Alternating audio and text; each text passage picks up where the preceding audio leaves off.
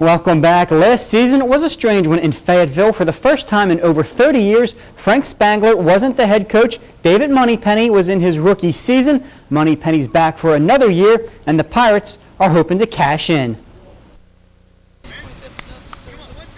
The first-year head coach had a lot of first-year players. Everybody now has experience. There's no more learning curve. Yeah, I think anytime that you have a lot of kids coming back, that's something to look forward to, and you can kind of start this year where we may have started where we were, maybe a week into it last year's. Everybody's got a whole lot more experience this year and harder working, in better shape, stronger, faster.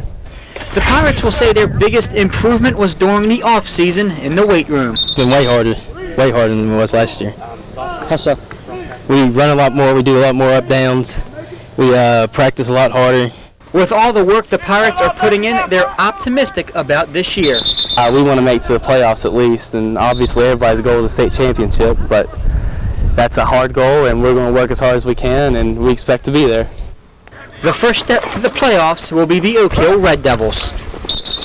Our high school football previews will continue tomorrow at 6. We'll head to Montcalm, and then at 11, we'll check in on the Princeton Tigers. J.R. House still holds several national high school football records. The 27-year-old former Nitro Wildcat has been called up by the Baltimore Orioles. House plays both catcher and first base. He replaces Jay Gibbons, who was placed on the 15-day disabled list 2 days ago. J.R. pinch hit in the 7th inning tonight against the Yankees and flew out. The Orioles defeated the Yankees 12-0. House was in Triple-A Norfolk, where he was batting .295 with 10 home runs and 63 RBIs. In the Appy League, the Bluefield Orioles lose on the road to the Bristol White Sox. 7-6 was the final score.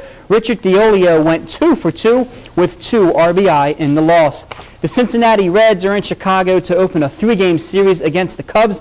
Alex Gonzalez didn't accompany the team. He stayed behind to be with his ill 10-month-old son. In addition, the club placed David Ross on the 15-day disabled list. Ross sustained a concussion in a home plate collision Sunday, and the Cubs win 5-6 over the Reds win, rather, 6-5 over the Cubs.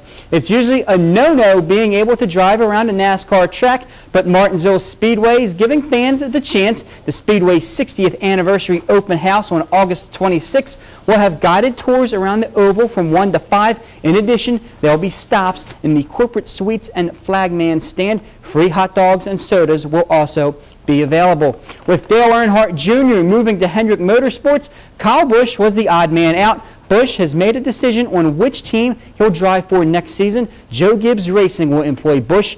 Joe Gibbs Racing will team Busch with Tony Stewart and Denny Hamlin. J.J. Yeley will leave the organization at the end of the season when his contract expires.